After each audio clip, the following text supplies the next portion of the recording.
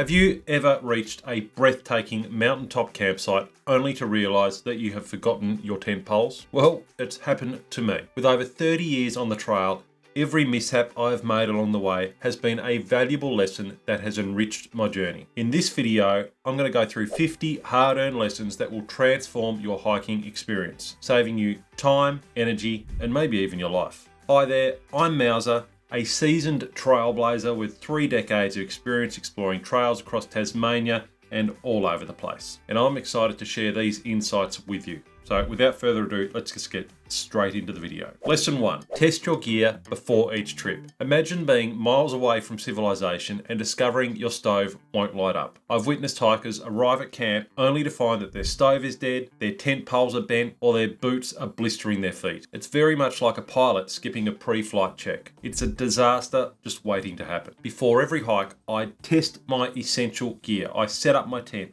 I light my stove, I even take my hiking boots for a short trek around the block. This simple routine can save you from major headaches on the trail. So grab a pen and start your gear checklist today. Your future self will thank you. Lesson 2, overpacking. Overpacking is a rookie mistake. When I started hiking, my pack was full of just in case items, extra clothes, gadgets, multiple books, and way too much food. It was like I was preparing for the actual apocalypse. My back and hips paid the price and the hike was less enjoyable. Over time, I learned to streamline my gear, focusing on lightweight and multifunctional items. A lighter pack just doesn't save your body, it makes the entire hike much more enjoyable. Trust me on this one. Use a checklist when you are packing. I've included one in the description down for you below. Lesson 3. Invest in quality footwear. Cheap footwear might seem like a good deal until they leave you with blisters, sore feet, or even worse. Your feet are the foundation of every hike, so invest in a well-fitted, durable pair of shoes or boots that suit the terrain you're going into. Find something that suits your feet. Take your time when trying them on and try on as many pairs as you can. Treat your feet well and your hikes will instantly improve. Lesson 4. Size up your tent. Imagine squeezing into a 2-person tent feeling like sardines in a can. Sure, smaller tents save some weight, but have you ever tried stretching out in one while there's 2 people in there? It's just a very tight squeeze. That's why some time ago I made the switch from a 2-person to a 3-person tent for just 2 hikers. It's like upgrading from economy to business class when you're on a plane. Not that I've ever been in business class, but you know what I mean. The extra space, well, it's a lifesaver for stashing gear or simply lounging around during a rainstorm. Trust me, this simple tweak can turn a cramped night into a comfortable retreat, changing your entire camping experience, especially on those long rainy days when you're tent bound. Lesson 5. Layers are your best friend. Weather can change in an instant, especially in unpredictable places like here in Tasmania. I always pack a moisture wicking base layer, an insulating mid layer like something like a fleece, an insulating synthetic or down jacket, and a waterproof shell. Cotton is an absolute no-go because it stays wet and it makes you cold, but fleece or wool keeps you warm even when it's damp. Layers let you adapt to any conditions without overloading your pack. Lesson 6. Short breaks keep momentum. Think of short breaks as pit stops in a race. They're quick but crucial to keep everything running smoothly. I have learned that taking a 5-minute break every hour or so is the perfect balance. These stops let me sip water, grab a quick snack, or take a quick photo, all while keeping my muscles warm and my energy up. The best part is that these regular breaks help me avoid burnout, meaning I can still enjoy a longer lunch break later to soak up the views without feeling like I am falling behind. Short, intentional rests make all the difference in maintaining momentum on the trail. Lesson 7. Stay hydrated no matter the weather. Dehydration can be a bit of a sneaky foe. It just doesn't strike on sweltering hot days, but it can also hit in the cold as well. Imagine your body as a car that needs fuel to run smoothly, no matter the season. I have seen hikers who thought they were safe in the cold suffer from headaches, cramps, and fatigue simply because they didn't top up their tank with enough water along the way. To avoid ending up like those guys, sip small sips regularly throughout your hike.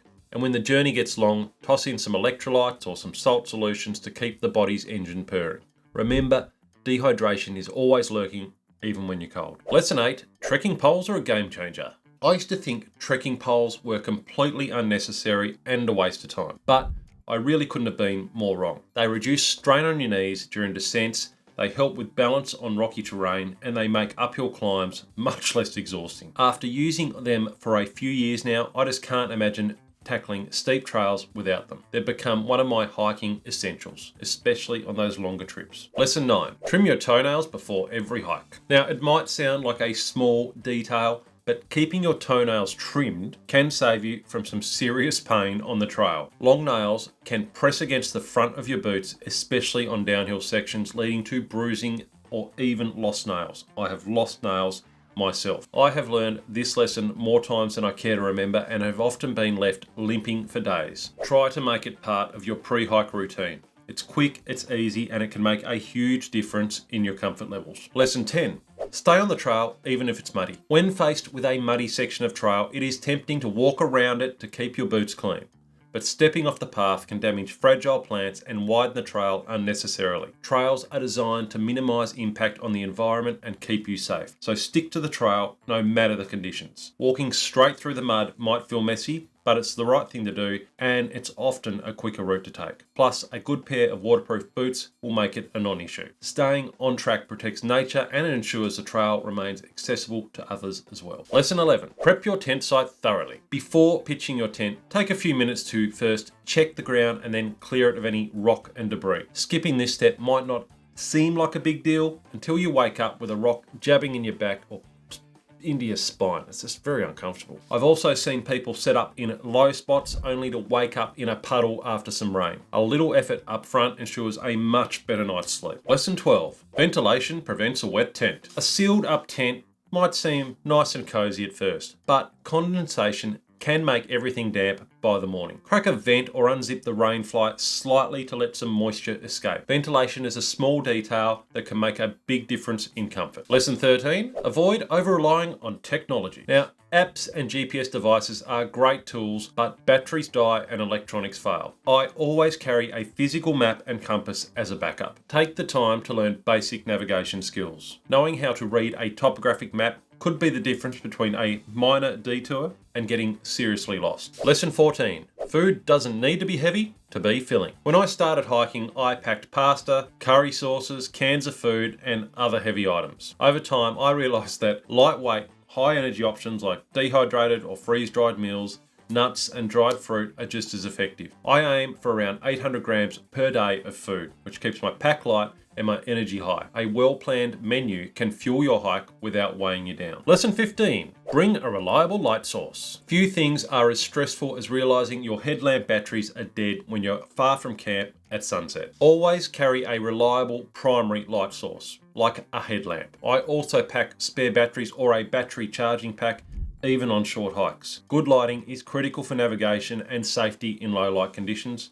Plus, it's nice to have a light around tent at night. Around camp. Lesson 16. Set up camp at least 60 meters from water sources. Now, when you find a beautiful stream or a lake, it is very, very tempting to set up your tent right next to it. But camping too close to water can harm fragile ecosystems and disturb wildlife that rely on it. Not to mention, water sources often mean more bugs and condensation near your tent. Instead, follow the leave no trace principles and pitch your tent at least 60 meters away. This keeps the environment healthy and ensures that everyone, including wildlife, can enjoy the area sustainably. Lesson 17, trekking poles double as tent poles. Multi-use gear is a great way to save weight, and trekking poles are one of my favorite examples. In addition to helping on the trail, they can double as tent poles for certain shelters or tarps. I have a tent that, in high winds, enables me to add a trekking pole as an additional support to make it super sturdy. A versatile bit of gear like this is invaluable. Lesson 18, keep essential items within reach at night. Before you go to bed, make sure your glasses, like mine here, your headlamp,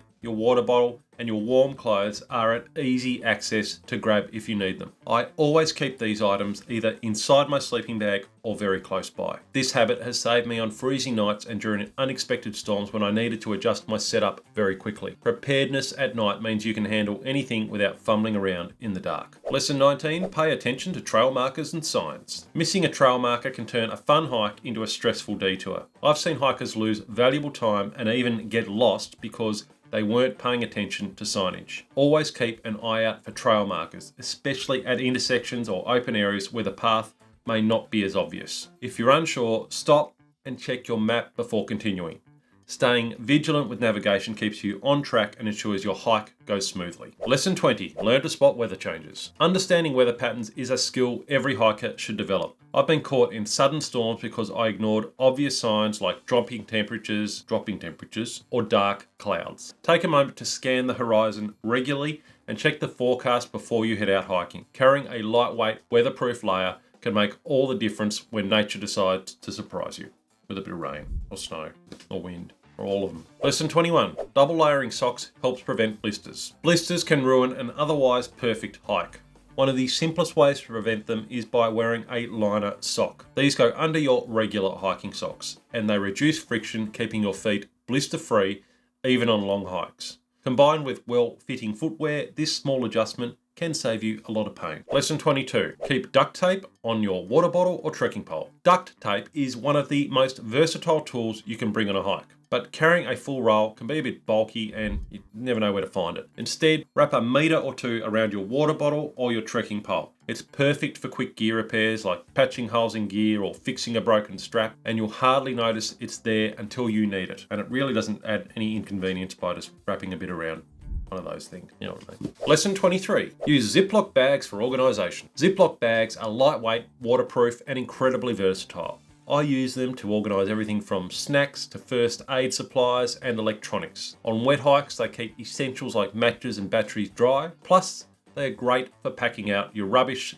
leaving no trace behind. Lesson 24. Don't underestimate trekking uphill. When I first started hiking, I underestimated how much harder uphill terrain could be. Steeper climbs use different muscles, require more energy, and can slow your pace dramatically. Take shorter steps, pace yourself, and use trekking poles to distribute the workload. Reaching the top feels even better when you're absolutely just not completely drained.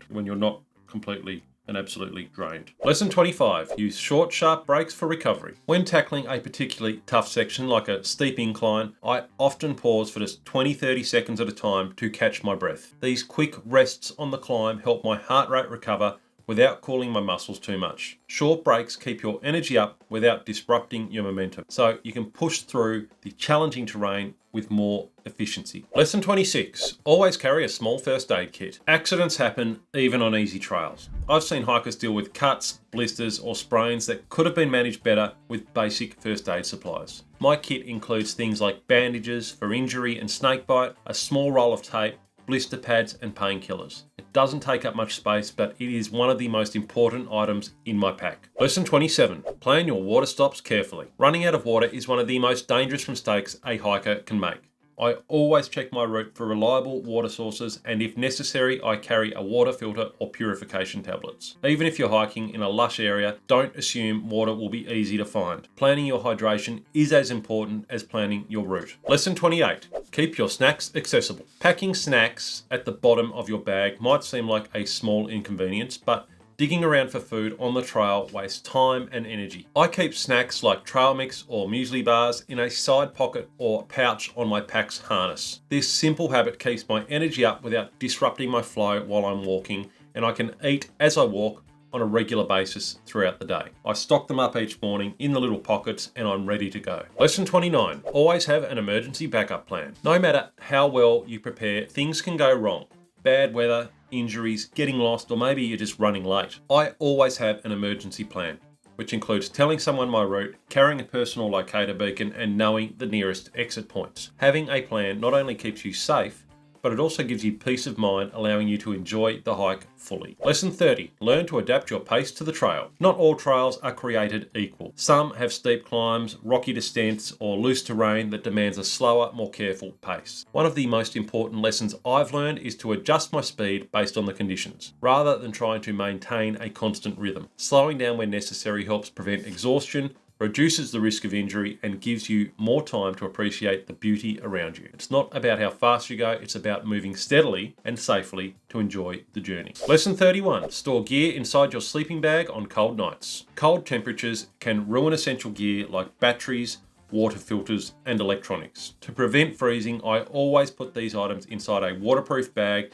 then into my sleeping bag at night. They stay warm and functional so I don't wake up to frozen water filter or a dead headlamp or a dead battery. It's a small habit that can save you from big frustration. Lesson 32. Don't underestimate downhill sections. Many hikers think downhill stretches are easy, but they can be just as tough as going up. Descending puts extra strain on your knees and can lead to slips and falls if you aren't too careful. Use trekking poles for support, take shorter steps, and don't rush. Controlled descents keep you safe and prevent unnecessary injuries. Lesson 33. Learn basic knots. Knots are an essential skill for any hiker. From securing tarps to repairing gear, a simple knot can often save the day. I recommend learning a few basics like the old bowline, the half hitch, and the figure of 8 knot. These are easy to remember and incredibly useful in a variety of situations. Even the reef knot used to be really good. The reef knot. Left over right, right over left. Lesson 34. Choose your rest spots wisely. Breaks are essential on long hikes, but where you stop can make all the difference. I have learned to look for spots with a view, some shade, or natural wind protection. Places that not only let you recharge physically, but also mentally as well. Try to avoid resting in low areas prone to dampness or where bugs tend to swarm. Taking the time to find a good rest spot can make your break feel like a reward and give you the energy to tackle the next stretch of trail. Lesson 35. Never skip your pre-hike warm-up. Starting a hike without